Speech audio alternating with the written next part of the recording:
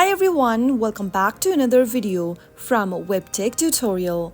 In today's episode, I'm going to show you how to download Zebit application on your iOS device. So without wasting much of our time, let's dive into the video. First of all, open your App Store. Also make sure that your iOS device is connected to a stable internet.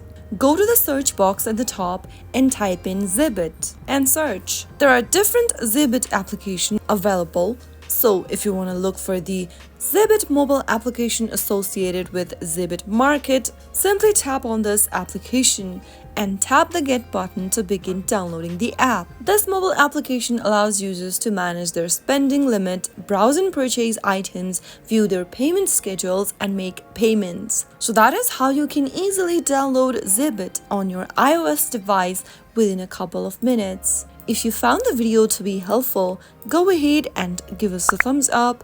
Don't forget to subscribe to our channel by hitting the subscribe button. Also, press on the bell icon so that you'll never miss another upcoming upload from us. I will be back again in the next video. Thank you for watching.